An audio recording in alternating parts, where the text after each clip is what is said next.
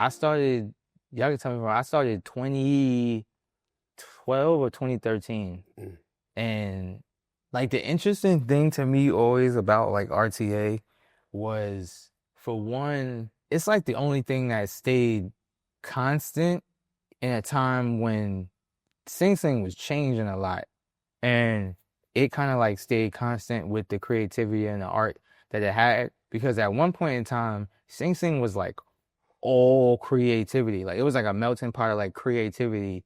And then like the TVs got there and then the tablets got there. And then that was done. Like it was like everybody was just like, I'll see y'all in a minute. Like everybody was just like into the screens and stuff. And I don't think it was a bad thing. It just was a change where people started to get more into those things, and I guess maybe exploring creativity through that. Whereas RTA always maintained to be somewhere where you could go to do things outside of that, like paint and draw and be like in a play or something like that. So it was just, it just maintained that, I guess, detached aspect from what it was like, the technology that was being introduced into the prison. And then also that was at a time where I think y'all came after that time. That was at a time when it was like hard to get an RTA. And RTA was like velvet rope. Yeah, like it was like a long waiting list and everything like that. Yeah, to know somebody, to know somebody. Yeah, because it was like, what it was it was a lot of people that were trying to really, really, really get in really heavy at that time. And I don't think it really diminished how many people were trying to get in. I think that what happened is they started getting better and better at that process of how to get people in to the program.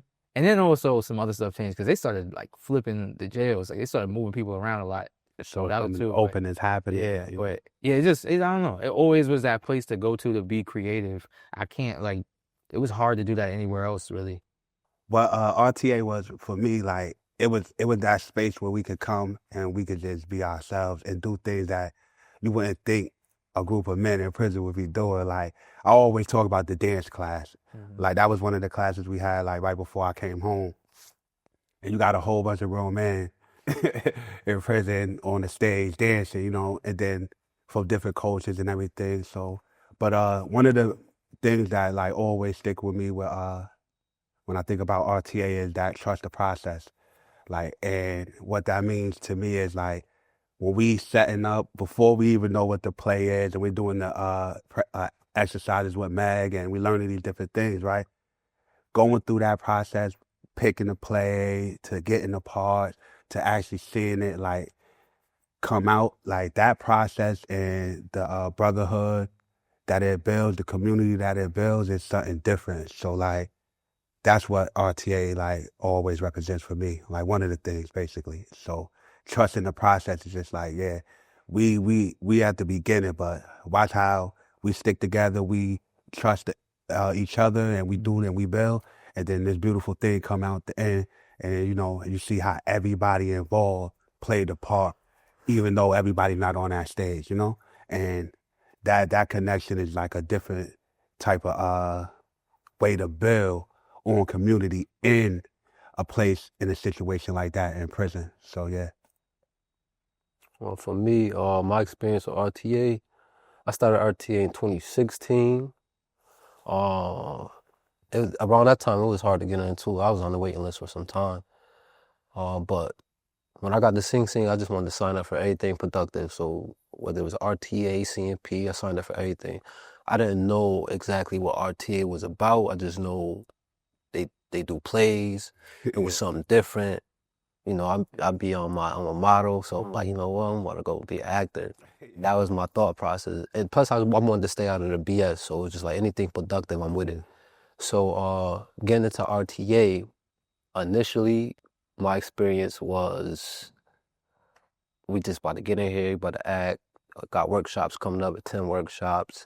But then I started noticing that going to these classes, like these were safe places where I could work on myself, where I could work on my communication skills, where I could learn how to trust myself again, when I could work on like internal things like that.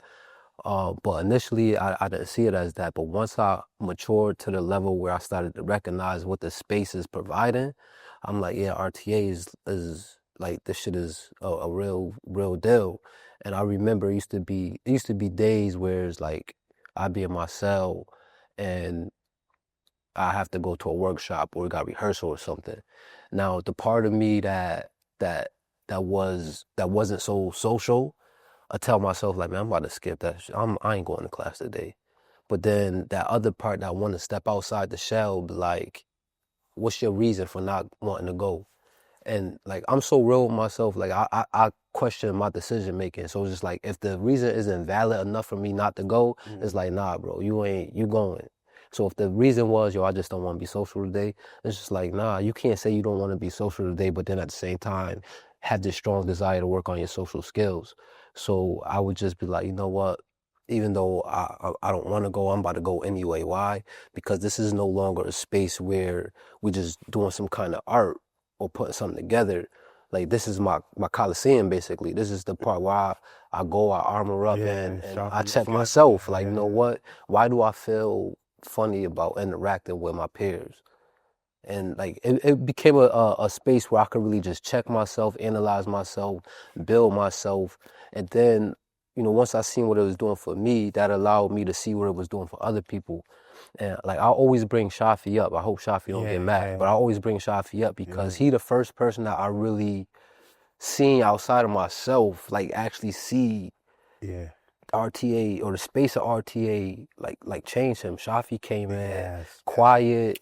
He came in like you could tell he wanted to be there, but you could tell he was kind of going through the same process of making himself come to a place where he could build himself. And then like at the end you actually see what he built. He went from being the quietest one in the room to the one amping everybody up for the productions. And so like that's what the space of RTA, do for people. So, that was my experience of RTA. Aside from acting, I just see how it gives the skills to or provide the platform for people to come through and develop the skills that they would need to have a successful, just life and relationship with themselves. RTA is one of those things that was just mad different from everything else. So like you had, as an artist for myself, you had the fact that it was just like you don't have a lot of programs like that in there at all. Like I'm trying to think of something that's like it where if you're in college, it's like you got a teacher and then you have everybody there and then you're learning. If you're in something like, the other programs like a music program, you're in there and it's like there's always kind of like this teaching thing and they just you didn't have many times that you saw them put on display like okay, I'm in here and you see on display what the program is kind of like doing for them. Whereas RTA, it was like the plays, there was the art shows. There was also like when people are going down there, you actively see them in the classrooms and you see people in there with who they're in the classroom with. It just feels different than a lot of like other programs. And I feel like also the interaction of the people like the volunteers and stuff, and then also people who are incarcerated, there's that also dynamic of it didn't feel like I'm on this side, you're on that side. It felt like everybody was in there working together because it's hard not to be working together when you're in there doing zip, zip, zap, zope and red light, green light. It's like it's very playful. So it didn't feel as like professional. And I think the plays did a big part of it because if you're in college, you graduate and then your family come and they see you graduate. If you're in the music program, your family wasn't coming at all. Whereas like if you're in RTA, your family was showing up at a production that you had. There's just so many different aspects. I just think it's always gonna be like that when you're dealing with art though. Like art and RTA has so many different aspects of art. Whereas like I'm naming them again because I'm just giving like the comparison. A music program is just music. College, not any art there at all. It's just collegiate. Whereas with RTA, it's all of these different aspects of art that all feel like play all together. Yeah. And I think that's what did that. And that's like for me. I I don't know for everybody else. I just know that that's like how it was. And also the thing I liked about RTA when I got in RTA was that it seems so separate. And this is a small thing that nobody really like talks about, that it feels so separate from prison because of the fact that if you got a ticket, which happened to people all the time for the dumbest reasons, if you got a ticket, you wasn't out of RTA. Yeah. Like I always think that I thought that was cool. Like, okay, you're not automatically just going like, oh, they gave you a ticket. I don't care why they gave you a ticket, but you're done. You got to start over. Yeah. That was what they did with college. That was what they did with every other program. Where it was like you couldn't have a ticket for a while to get in, and then if you got a ticket, you was done and you was out of there. RTA didn't do that to people. Yeah. So I think that all of that probably adds in together to come into play, because a lot of times you get tickets and you ain't do nothing. Yeah. Or it was something so stupid that it was like it wasn't that big of a deal. But you know, I always respected that with them. So yeah, that probably, all of those things probably a big deal of why it was like that. In prison, they don't have really no mental health services. And the mental health services is like, they don't have none. So even though they say like they have it, it's bullshit. But what really helped me going through what I was going through, like you gotta remember, it's men being locked in cages. And sometimes like I don't know if that concept really registered to people, but like next time you walk in a kennel and you're seeing the dogs, just walk past the dogs and just imagine people walking past humans like that. So you'll be sitting in the cell sometimes, and then you'll have these people from Albany or whatever, and it's like they're coming to check out their I don't even know how to explain it. It just feels weird, right? But RTA gave you a space where I was able to use that to help me, like Devon was saying about like with my mental health, to check in on myself. And a lot of the things that they did, like different writing programs and all these different things. But what it does, if like I used it me personally to tap into like a lot of things I was going through. So being able to come to these spaces and like have all of these different stresses, and this be one of the spaces where I could just let all my guard down and just be me and have fun. So we go in there and we're gonna play the expert game, like just make up like you're an expert about everything, or we're gonna play the zigzag, or we're gonna do these different things that's not an ordinary day in prison. So you look forward to that. And then I think a lot of reasons everybody really want to join is when they see the play. Because what happens is, like when I first seen the RTA play, what happens is when you first see it, you like, hold on, I know him. I see him in the yard. He's this, like it doesn't register that this dude can transform like that. And I think after, it's almost, I don't know for a fact, but I guarantee you can ask them, almost every time after a play, it's probably the most time you get people signing up. Yeah, it's probably a big uptick. Yeah, it's probably a big uptick around that time. And I think because people see like the transformation of some of the people that they might have seen in a different light or have a different type of respect for, like, hold on, I got mad respect for this dude, but he up there with the wig on and he's Benjamin, whatever the case may be. So I think that's probably one of the, like me, I think that's one of the biggest things that motivates people to go there. And also when you're doing positive programs, what I've learned since I've been home, as we sitting here now, is it doesn't just stop there, because the connections and the people in the community you build, it helps transferring some of the skills that you have out here. So I think that's a big reason. I think that, like you said, there's many reasons why people signed up for, or the waiting list was long for RTA. I think that, one, a lot of guys in prison are looking for outlets, because being a part of the steering committee, I see the waiting list. The waiting list is long as hell, right? And then you get people that come in and drop out for whatever reason, and they try to go another route. They'll find whatever they're looking for. So that led me to realize that a lot of people in prison are just looking for outlets to escape whatever it is that they're trying to escape from. And then two, like you said, like with the plays. After plays, being on the steering committee, like the last play we did, once everybody knew like I was the person to take names and put them on the list. Oh yeah. After the play, everybody like, how do I get down with this program? How do I get involved with it? And it is an uptick in signups after production. So, aside from just wanting to be a part of a creative atmosphere, I think is outlets. I think that it's looking for productive connections. It's many reasons why people sign up for RTA, because if you don't sign up for anything, I mean, you just sit in the prison environment, like that should have taken a toll on you after a while.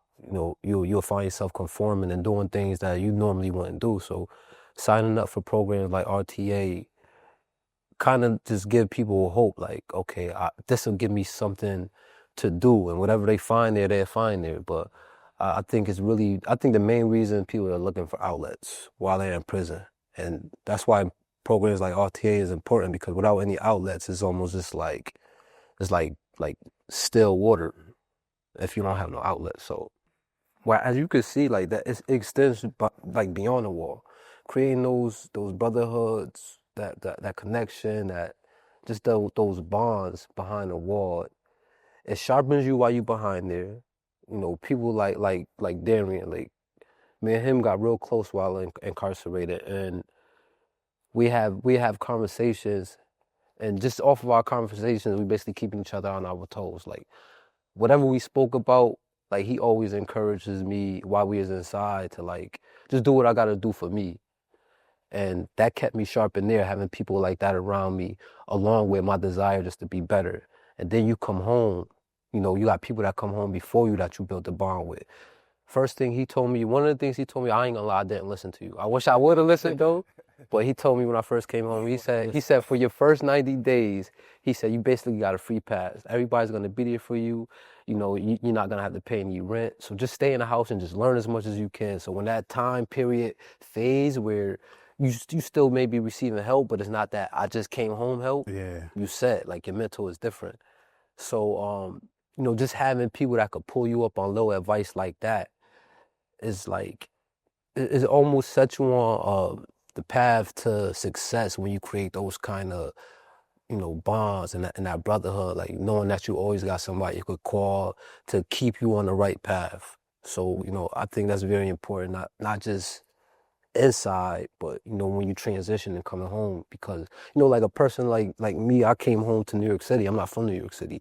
I have no family in New York City, but I had the bonds that I created when I was behind the wall, and that's what makes me feel so secure. Like I don't worry about money. I don't worry about anything down here. Despite not having any family, I got a whole contact of people that I met when I was behind the wall, and their network is basically my network, and anything I need, they're more than willing to help me. So, yeah, those bonds are sometimes just your survival depends on those bonds. So, I wanted to say something about the volunteers too for RTA, because that is such an important role, and for them to sacrifice their time to come in there and teach us these arts, like that means a lot. And the relationships and the bond that we build within, and then the transition out here, and see that like they really out here to help you, and they really want to see you succeed. So seeing how that works, it's kind of a message I want to give to the brothers inside, because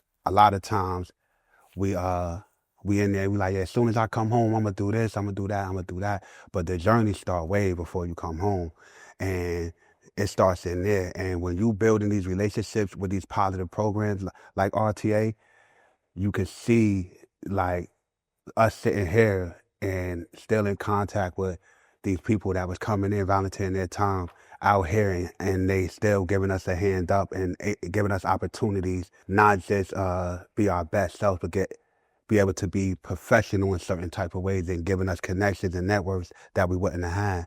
And like that's one of the I think that's a benefit that when you inside, you don't really think about as much. When you talk about brotherhood, all of those programs have that. Every program is going to have that. RTA wasn't the only program, but like they're all gonna have that. But I feel like because of the multitude of things that are in RTA, Whereas school is you're learning something. Another program will be music. Another program, like, you know, we was in a bunch of them, would have another thing. This kind of like encompasses all of those things. And also it has we talk about the waiting list, but this had the simplest, I guess you would say, like, point of entry. Yeah. You was getting an RTA before you was getting anything else. Yeah. Like, you was waiting on college for 2 years, but you was in RTA. I always called RTA the gateway program because, like, every other program, it took you longer to get into it because you couldn't get into it unless you had to wait and have a clean disciplinary and had to do this and had to do that. You had to have GED to get into college. So it was so many different things that were like barriers to entry, whereas some people just did RTA and didn't get to everything else. So there's that, and then that's kind of like, I think, why what I'm gonna say next creates such like a large statement with that is that if you look at, like, I study a lot of different kind of like, if you would call them fraternities, because of, like, I'm just like a nerd of success. And like, if you look at every like comedian, majority of them went to Second City. So Second City, they have different Second Cities like throughout the nation. And Second City is like where like a bunch of comedians went to like get better at comedy and stuff and learn how to really get good at that. And that's what RTA feels like, because it's like there's a bunch of people that you would meet and be like, oh yeah, I was in RTA too.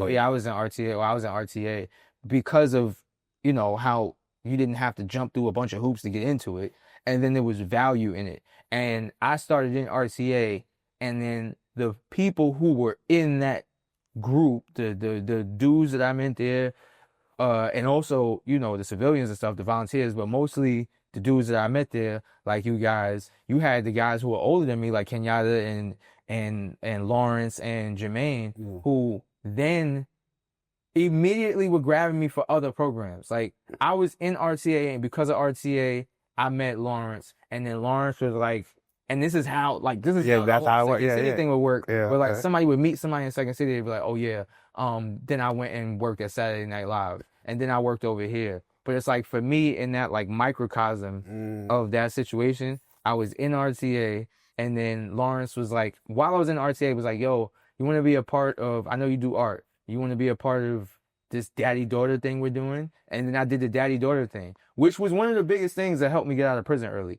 And then I was in the daddy-daughter thing. And then Kenyatta was like, yo, you want to be in special subjects? I'm like, what is special subjects? You couldn't even sign up. Like, you couldn't to get a job program committee and get special subjects. I got that because of Kenyatta, who I met in RTA. Yeah. And then in special subjects, Mahoney, who I work for, was like, yo, if you don't go to college, I'm gonna fire you. And then that's how I got into college. Yeah. So it's like, all of that started with RTA, and I feel like that network is like what pushed me, because I wasn't doing that much. And they all were like, hey, do this, do that. And they were all older than me. I don't know what conversations was happening behind the scenes, but it seemed like everybody was like, all right, we're gonna push him. Yeah, we're gonna push him. Get together, get his life together. So I think, you know, there's a lot of value in that, because I've seen a lot of people start their journey to changing who they were and their success starting RTA. Oh man, I learned a lot about myself, man. I really learned that this is the main thing. It might sound a little cliche, but I really learned that if I really just put my mind to something, I really can do it. And I learned that, and always bring this game up, the expert. You know, you have to sit and. So basically, an expert is Meg. Meg was an instructor or the teacher for this. So the expert, basically, you sit in front of the class in a chair, similar to a chair just like this, and you're the expert at whatever it is that the class say you're the expert at, and they throw a bunch of different questions at you. No matter how silly the question is, no matter what the question is, you have to answer it as an expert, and you have to answer it like the question is valid and that your response is the truth. So it's a very silly game. have everybody rolling and laughing. Yeah. But if you really just take the concept of the game, which is just to help you find the confidence in yourself and just to believe in whatever you're saying and doing, you could take that and apply that to any aspect of your life, right? Now, while doing this game, I never thought I would take that and really apply it outside of that. So fast forward, I come home, off the rip, I got certified as a personal trainer while I was in prison. So off the rip, I said I don't want no other job except for a job at the gym. I applied at all of the gyms. Blink, they turned me down. If I could curse, I look at the camera and say something to Blink. But they turned me down. First, they told me, yo, your record doesn't matter. Then when they find out about my record is, oh, because of your charge, we're not gonna hire you. I'm only putting this on camera because I hope they see this. But Crunch ended up giving me the job, Crunch Fitness. So I was working at Crunch, and they tell you as a trainer, you know, get your shirt, and they basically tell you, prospecting hours, you gotta hit the gym floor, pick up some clients or whatever. This is me fresh home, this is a whole new environment. I'm like, damn, I just gotta go out here and just like pick up conversation and just, hey, what's up, and try to get somebody to sign up. And yeah, basically that's what you gotta do. So my first couple weeks there was just like, it was kind of slow for me because I didn't find it in myself or trust myself enough to approach somebody and just be like, you know, hey, start up a conversation that will eventually lead to a sale. Because that's all I was just thinking about was as a sale. But you know, once I got to the point, I said, you know what, like I have the trainer shirt on. I'm the trainer. I work here. Why do I feel uncomfortable going to talk to somebody about working out when I love to work out? So I took that same I'm the expert attitude. I hit the gym floor and I end up getting my first sale like that by just putting that confidence in myself and telling myself like, nah, like I'm tripping. I could like this is easy. I could do this. And that led me to get my first sale. Then that led me to just going extreme with it. Like I don't even need this job. I could train people by myself on the outside. Yeah. And I ended up quitting my job and ended up doing my own thing, personal training on the side. So so that's the biggest thing I took from RTA, just believing in my ability to succeed and to do things, you know, just not to have doubt in myself. That's one of the big things I came with too, especially with the expert game, being able to like put that confidence in yourself when you speak and knowing that you know what you're talking about, especially when you know what you're talking about. But the thing that I come with, I always put RTA, and it's trust the process. And I knew that, I heard that 1,000 times, right? But for whatever reason, like being in the program and trust the process, it kind of like going through when we did 12 Angry Men, and just going through that process and from the beginning to the end, the people getting their roles and then seeing the performance, like I was so hyped. And just to see at the end, I'm like, damn, like that was my first time being a part of a whole production. So like I always knew, you know, it's one step at a time. But trust the process. I that's like I live by that because I understand like when you trust in the process, it's not like it's just gonna happen. You have to put in the work. Like it's actions behind it. And like so when I trust the process, I know like right now I'm not like I'm here, I'm home now, and I'm transitioning, I'm trying to figure everything out. And I understand that like I do wanna make sure that my income is at a certain amount, but I have to understand I gotta make sure what I'm putting into me make me valuable, not chasing valuable. Like get the information, educate myself, put myself in the best position to understand that, put myself in the best position to get what I want and understand that it's a process and it's not gonna be overnight. And knowing that while I'm putting in the work, like in these moments, this is towards that final thing, you know? So like just it taught me a whole lot of patience and actions speak louder than the words. I don't care what you're saying. I listen to what you do. And that's one of the biggest things that I really got from RTA. My answer is really like both of you guys answered together, but with like something else added onto it because I think it goes into play with all of it, and I think that it can't get there without those things. And mine is that anything is possible. That was the thing that I learned and it was again from the people that I saw while I was there. Like literally everything, I think, with me coming to RTA and everything was based off of, and I think this is why it's very important to like watch what you're doing, because you never know like who's paying attention in the good ways or the ways that benefit you and the ways that don't benefit you. Because I was literally like watching guys like Kai and Jermaine and Lawrence and sitting there and like I went and I was like, yo, what are they doing? And then what can I do? That's like almost my entire time there at Sing Sing was like, yo, what are they doing? And how can I get, okay, so I got to do this. Okay, so now they doing, okay, so then, all right, they telling me to do, and then I just kept watching those things. And the biggest thing I had learned in RTA and then thereafter was anything is possible, because I saw things that I didn't know were possible, and it just taught me to I think it's Emily Dickinson has the quote to dwell in possibility. Yeah. And that quote was like up in a certain place in the prison, and I don't, nobody pays attention to this thing, but it means a lot. And I saw that with RTA and with the people who were in RTA, and I don't know if they got that like directly from RTA, but I noticed that everybody who was in there, they were doing those things of showing like everything is possible. So it started with the first time I saw Jermaine, and then Jermaine was there with Kate. Is it Kate?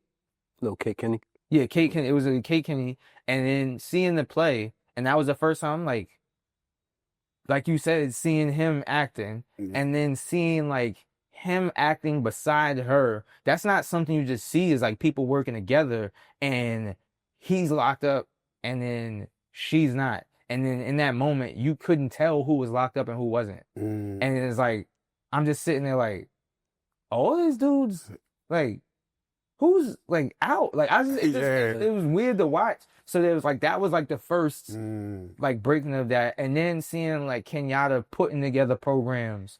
Lawrence, when he left, of having like a camera crew with I forgot the cameraman's name and everything, but he also worked with Blaze, but being in there and like recording everything, and then seeing other people like having people come and interview him. I think Cuomo came and interviewed somebody at one point. So I'm like, how is everybody making these things happen? And then once I got into certain places, because that's the thing that happens also in RTA, like how you was a part of the steering committee. You wasn't a part of the steering committee. At one point in time, you was going to steering committee guys like, yo, when can I get in? And then you was in the steering committee. And then that happens where that was the same thing that happened to me. And then I was on the steering committee. You go from being like the rookie to the elder statesman. And now you're the one like giving people talks and everything. So I got to that position of where I was making things. Like for a long time, we had like our own like improv class. What we was doing that for a minute. And that's when I started realizing I could just make stuff. So then I did that. And then after that, because of the things I learned, not only from RTA, but from the guys who were in RTA, it was COVID. During COVID, nothing was happening. Like everything was like shut down. So I'm sitting in my room, and I'm like, how can we make like something happen? I'm about to leave because I didn't have that much longer left. But I'm like, yo, we can't have a play.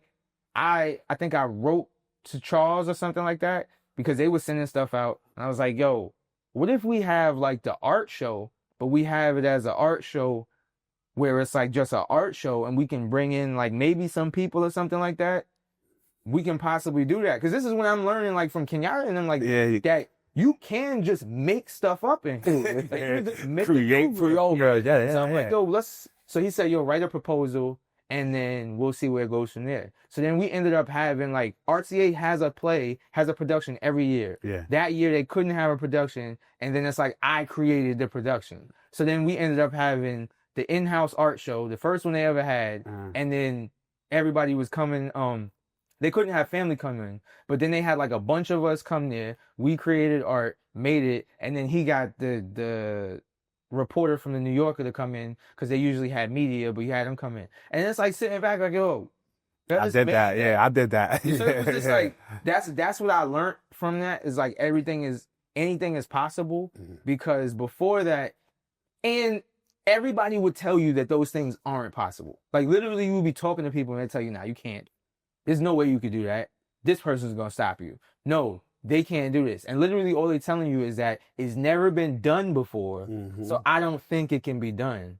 I think learning that through RTA and the freedom of being able to like have that, like you said, it's like it's another avenue of expression.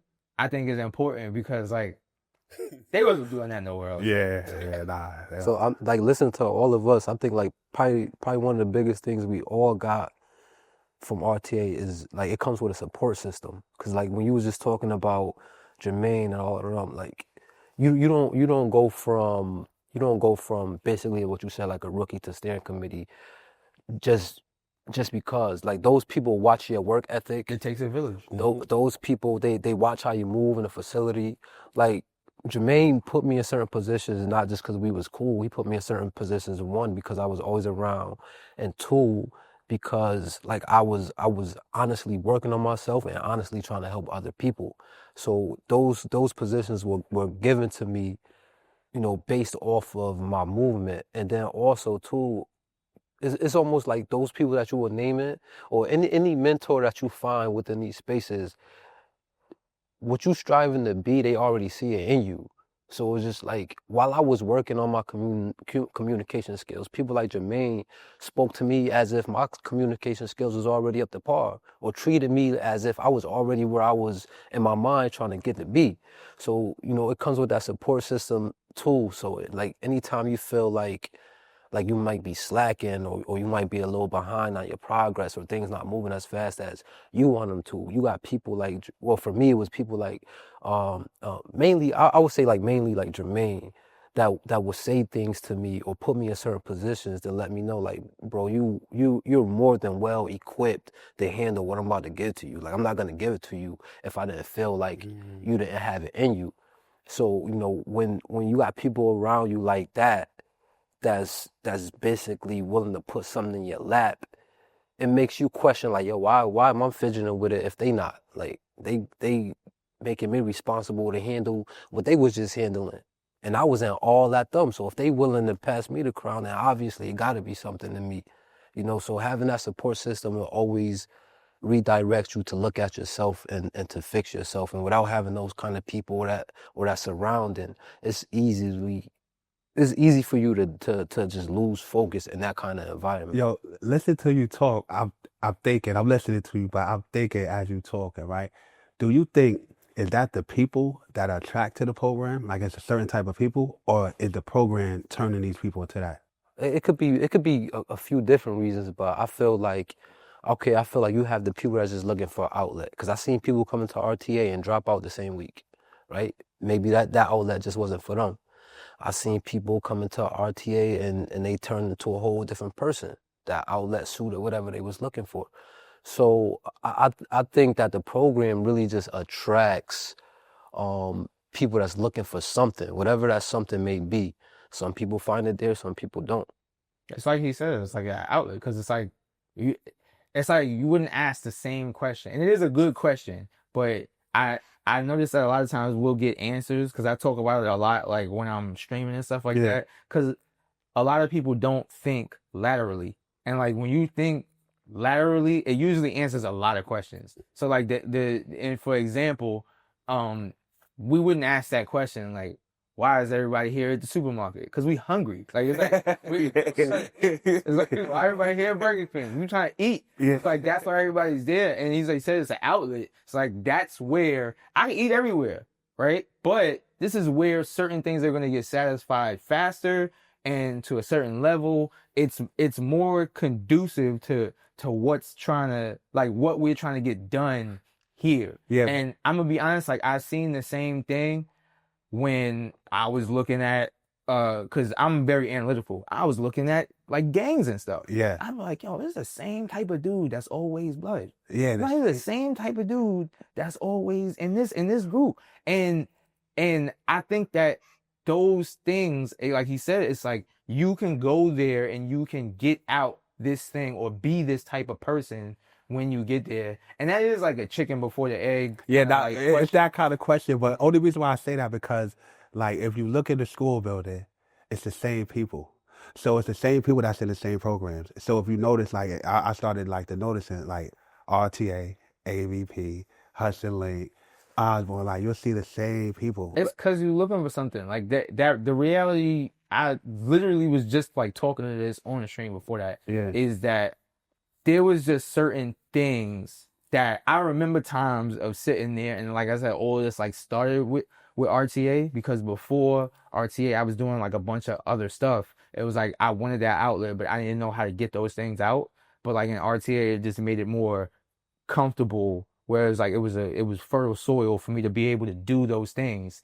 And I remember the first time I really figured out how I wanted to do things. I went into RTA. It was like my first, and it's crazy how things happen. Because it was like I wasn't getting in this type of trouble before then, but it was like life gave me like a decision to make. So I was in RTA. I always used to go to the yard because it's just like what you do.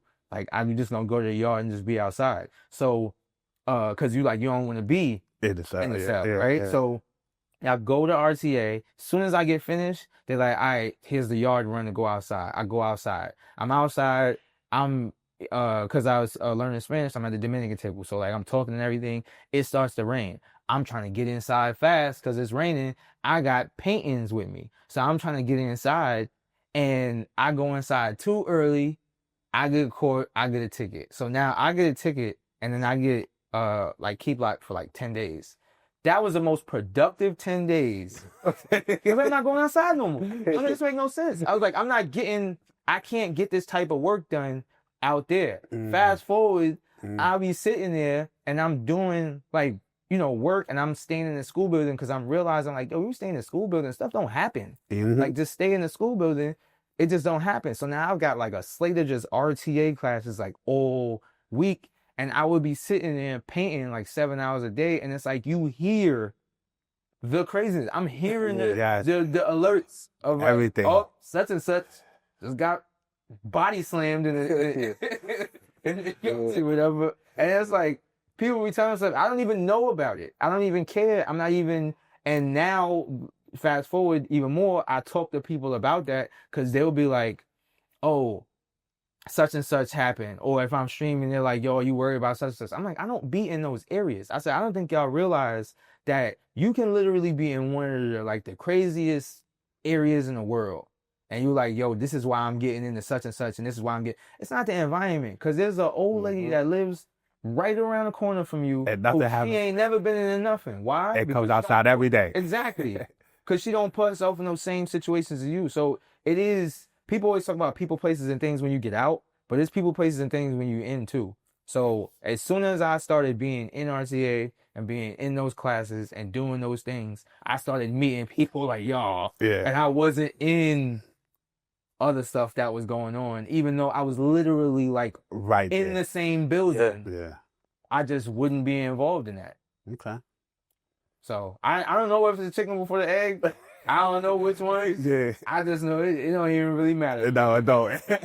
Nah, it works. It works. Yeah. It works. The program works. Before I even got locked up, I wasn't really doing much in the streets, but I sold my little weed or whatever, and one day it just hit me while I was outside. I'm like, yo, this never felt comfortable to me. Like being around these type of people, being in this environment, like I always felt like we could do more and we could do better. Like I always felt like that.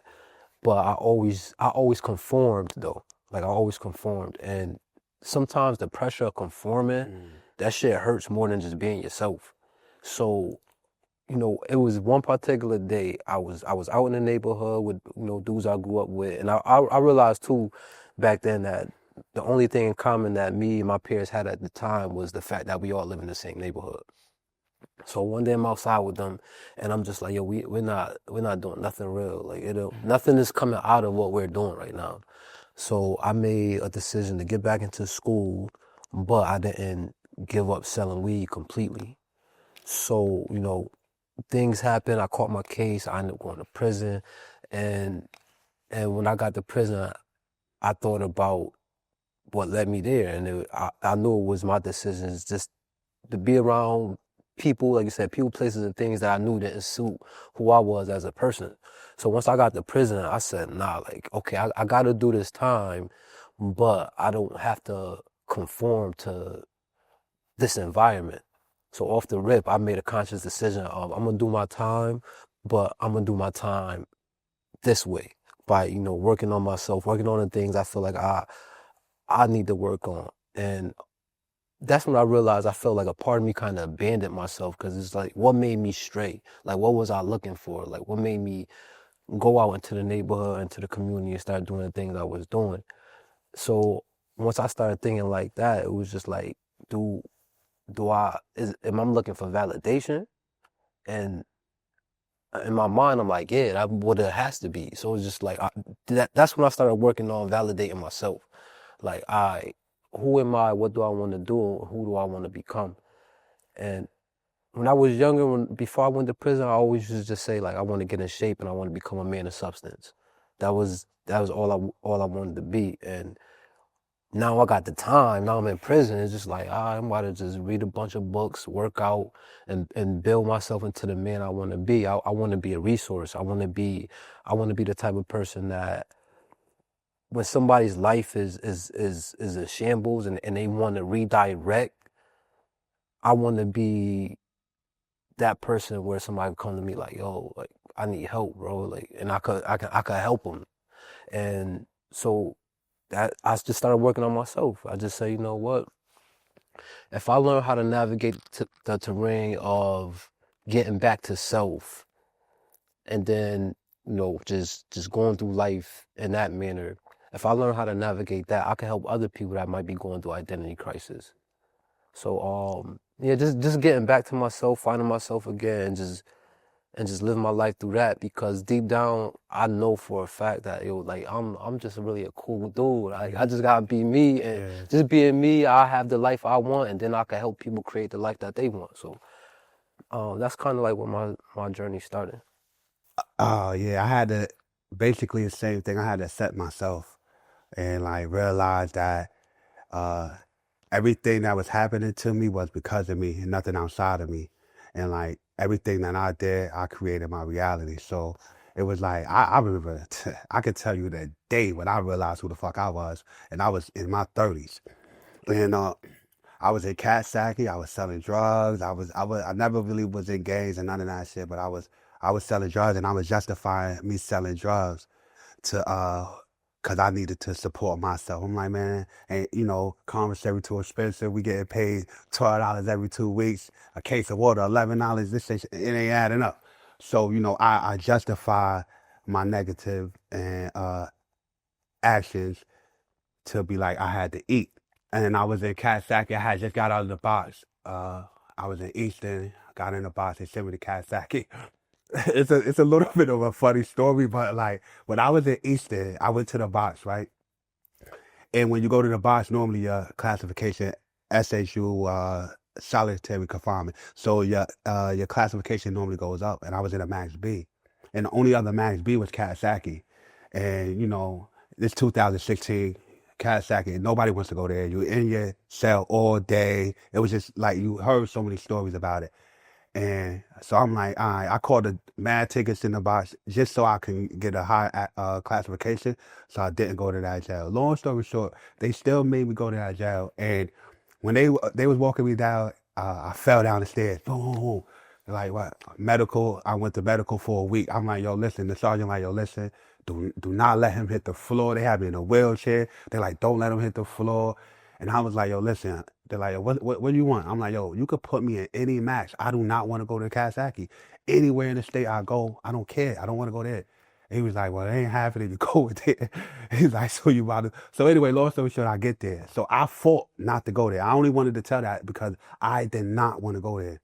But it was the best thing that happened to me, because being in that, you have to sit with yourself a lot. Mm-hmm.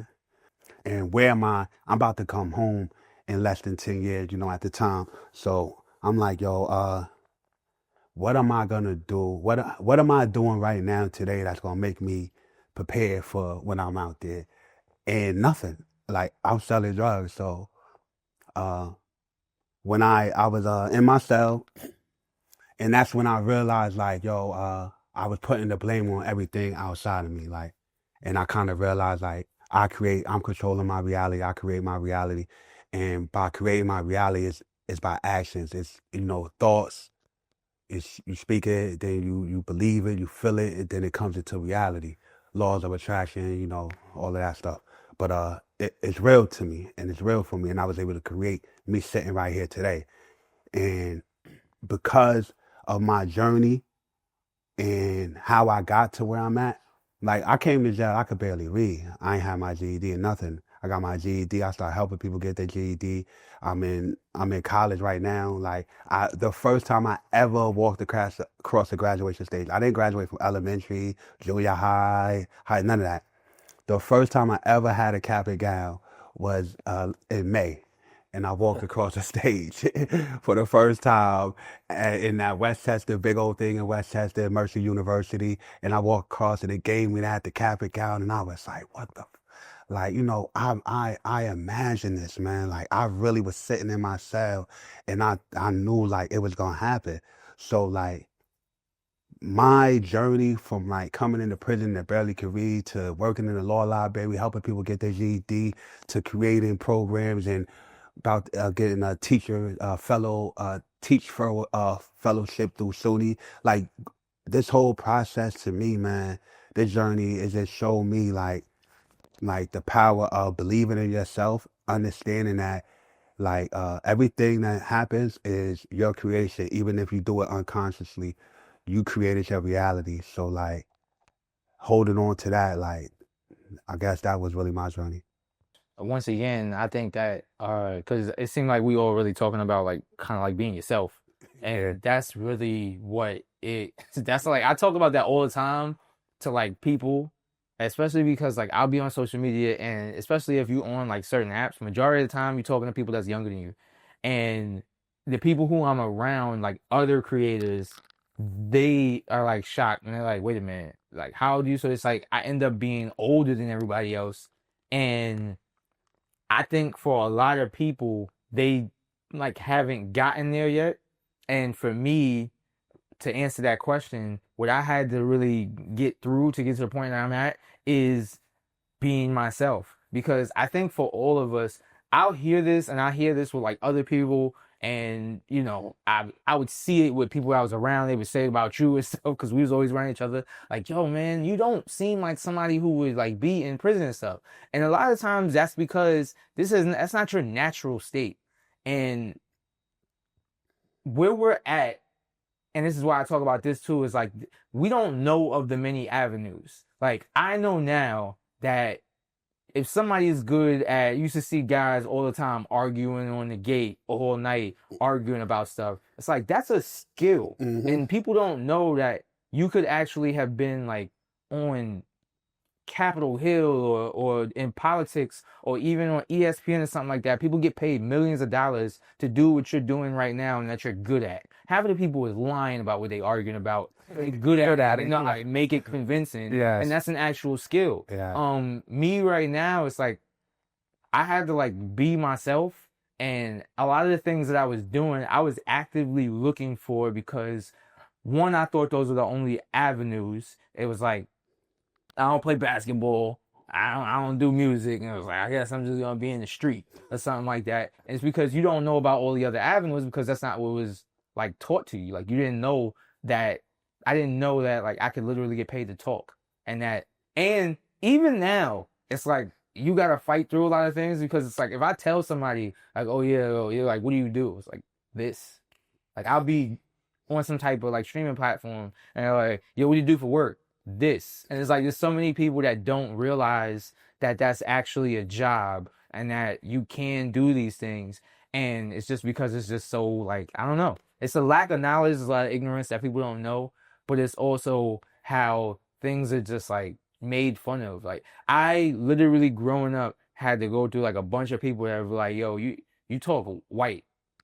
Like you don't know how stupid that is until you get older. But like at a certain age, you're sitting there like, now you want to change the way you talk because people are, and then I didn't realize until I got like way older when I was like when I was locked up and I'm around people. I think I was in the 7th building. I was like 30, and I was realizing a little bit before that, but I started to really see a strength in it when they was arguing with somebody, and they couldn't get like the lady that was like in charge of the officer to do something. And then I went and spoke to her, and then she did it. Not only did she do it, but she was like, it was because they were all like, the communication was off. Yeah. Communication was horrible. I went and actually spoke to her and explained to her like what everything was. And then she was like, how do you speak so well?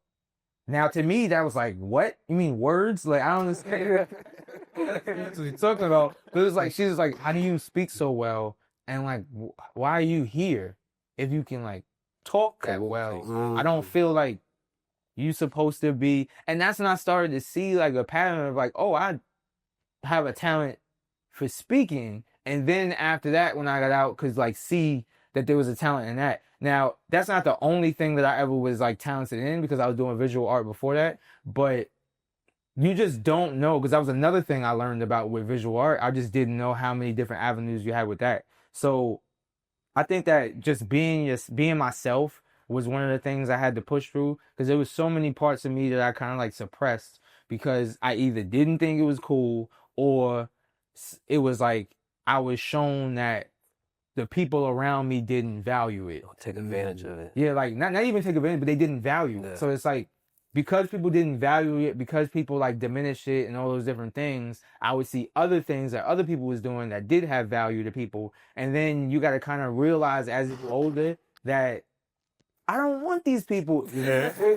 Like you're saying about like people you was around. Yeah. Like you start to realize later, like, I don't want to be around it. Yeah. Like, so what I am was, I doing? seeking validation from people I didn't even like, and I didn't even realize that until later on. And then that's just, sometimes you just grow up in those areas, you start to conform to those areas, and then that's what it is.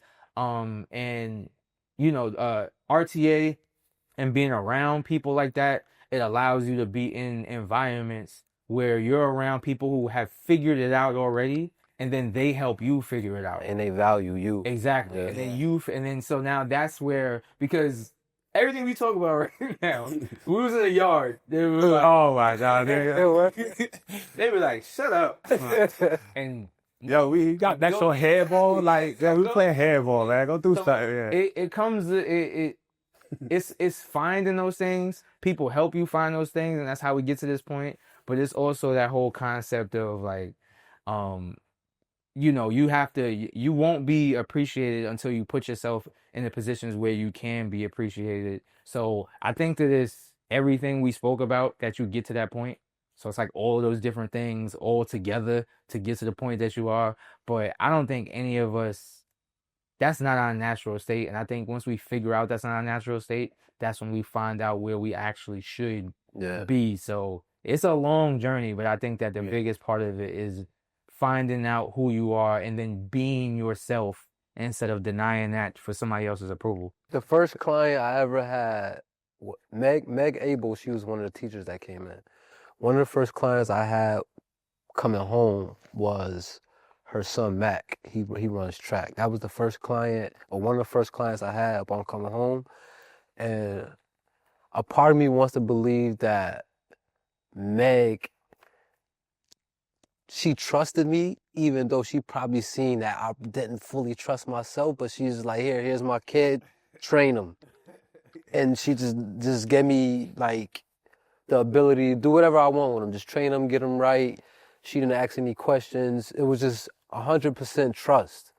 And like I was saying earlier, when you got those kind of people around you that see you, they don't show no signs of like, I don't believe in you. They don't from day one, Meg was like I believe in you. Like, you're gonna be this great superstar. So I'm giving you my kid now. So when you make it, just remember us. Like, that's what she used to always say. Like, yo, remember the little guys when you make it. And that just that like really like makes me look at myself like, damn, like people really see the value in me, and they really trust me. I literally just came home from prison. You ask any person that yeah, hey, this guy just came home from prison. Let him train your kid. I'm like, hell no. Like, I ain't about to send my kid off with him. But, you know, she had that belief in me. She had that trust in me.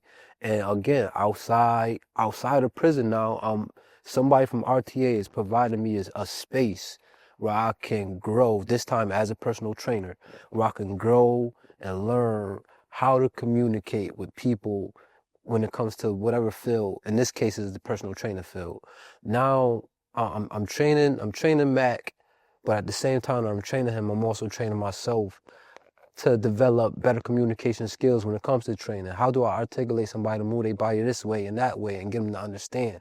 So yeah, outside of the wall, I mean, it's like a platform that's just,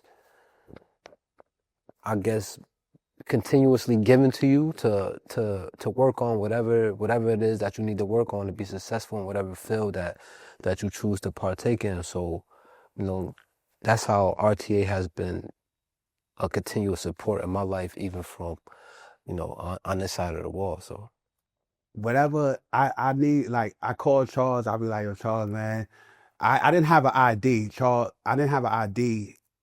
I just got it basically almost like 2 months ago. So I've been home since September. So that whole time I didn't have an ID, so I couldn't work.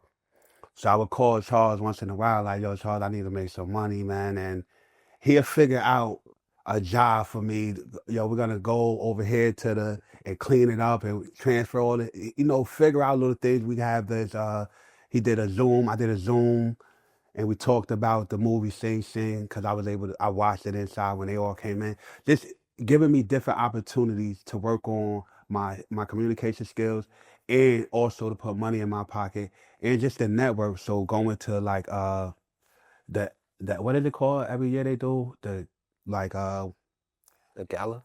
I think it's a gala or whatever they do. When I first came home, they had it in October. We was over in That's the gala. Peekskill. Yeah. Yeah, the gala. Like being just getting those calls to go to different things, to be a part of what RTA is doing, and staying in contact with them. Having the phone, like I could call Mag, and yo, listen, I got this new job. I'm promoting solar panels. I know you own the house, or like what's going on, and and they gonna pick up the phone for me. So like, though, just having people there and that community that started, we built the inside and come out here. And one of the things he touched on, man, just the trust, man, like because we was in prison and we made mistakes in our past and we went through and we paid we did the time for it and we come home and for people to like say you have a second chance and then actually show you have a second chance is two different things. So like that's really what I appreciate about it since I've been home. We're pretty much gonna say the same thing, but it's really about like how it's happened. And for me, it's what I just spoke about with speaking and how I was seeing that I have a skill in that. I still wasn't pushing that because I was doing visual art, and he talked about the outlet. Powell talked about the outlet, and then for me, it was the outlet because I wasn't even thinking about public speaking or speaking in that way at all or anything like that, but I pay attention. And the same way that I pay attention to like social media and stuff, like people will tell you certain stuff in the comments on social media, like if I'm whether I'm streaming or I'm posting or whatever, people will also tell you in just every day and how you pay attention. And I was doing visual art, I was painting and stuff like that, but I noticed that every time I went somewhere to speak, not only was I like more into the speaking part of it, also it was like the feedback I would get from that was different. And like everything that was in the beginning with RTA was like, hey, we're gonna do this, we're gonna have art here, but we need you to talk and we need you to do this. And then it led to another speaking event, another speaking event. And I'm like, I started really looking into it, and it's like there's actually a career in public speaking and I'm more passionate about it and I'm better at it. So that was figured out through there because everywhere else was kind of like, hey, art. I was getting the opportunity to speak with RTA. So I think the biggest thing is always opportunity. At least for me. Yeah. I just, man, you give me an opportunity, I'm a show up. So Yeah. that'd be the biggest thing I always want, and I've always gotten that with RTA, and I continue to. Oh, I got this. Do it. Do it. I said do it. Yes. Because it's just for all the reasons that we just said, and it's just one of those things where like I feel like like I was saying, like if you're in comedy, it's like you know where to go for that. If you're in whether it's sports or whatever, it's like you know where to go, and there's certain places. I can't think of anywhere else if you're into like any form of social justice or art, especially if you're somebody who is either incarcerated or somebody who is dealing with situations that deal with incarceration, or you're somebody who is like recently uh formerly incarcerated, like somebody who was recently released. It's like, to me, it's a no-brainer. Like there's too many different avenues, too many different things involved. You can be a singer, actor, speaker, visual artist, like Everything. all of those things are kind of covered because they all fall under the arts. And I feel like a lot of people have those different forms of expression that they want to get out, and I just think that that's the way to go. So it's the best thing I've seen. So I'm biased, but I'm gonna push it. If you serious about really not just coming home but staying home and you like numbers, look up the recidivism rate for RTA participants, and you'll see that they don't go back to jail. Like I think it's in what, I don't know the exact number, but look it up yourself. I don't want to lie to you, but it's in the 90s. And anything in the 90s when they talking percentage, that means you winning. And I like to win. So if you like to win and you want to stay home and you not just want to get home, you want to stay home and have a community behind you that's going to give you a hand up, not a handout. And like these are like-minded people that's that's why I asked that. Like, do you think it's the people or the program? Because I see all of these people that come home, transition home, that have been successful, like that's doing it big out here. Like all of them is RTA and these same type of programs. And like, and then when you look at the numbers and you see that these people don't come back to prison, I mean, no brainer. Like, you want to come on, say it? RTA. We're gonna say it's the program. It's the program. I think, yeah. RTA. I would say that's the main thing. If you're really serious about challenging yourself, I would say definitely get an RTA. It's not many spaces, especially behind the wall, that lets you know, like, listen, like it's okay to be you, and just that's all we want you to be is be you. And look, we actually provide workshops that makes it fun for you to learn how to develop character. So I will say, if you're looking to develop your character, if you're looking to just be the best version of yourself and potentially become a resource yourself, definitely RTA is that's the practice field for you to become that and get your game ready.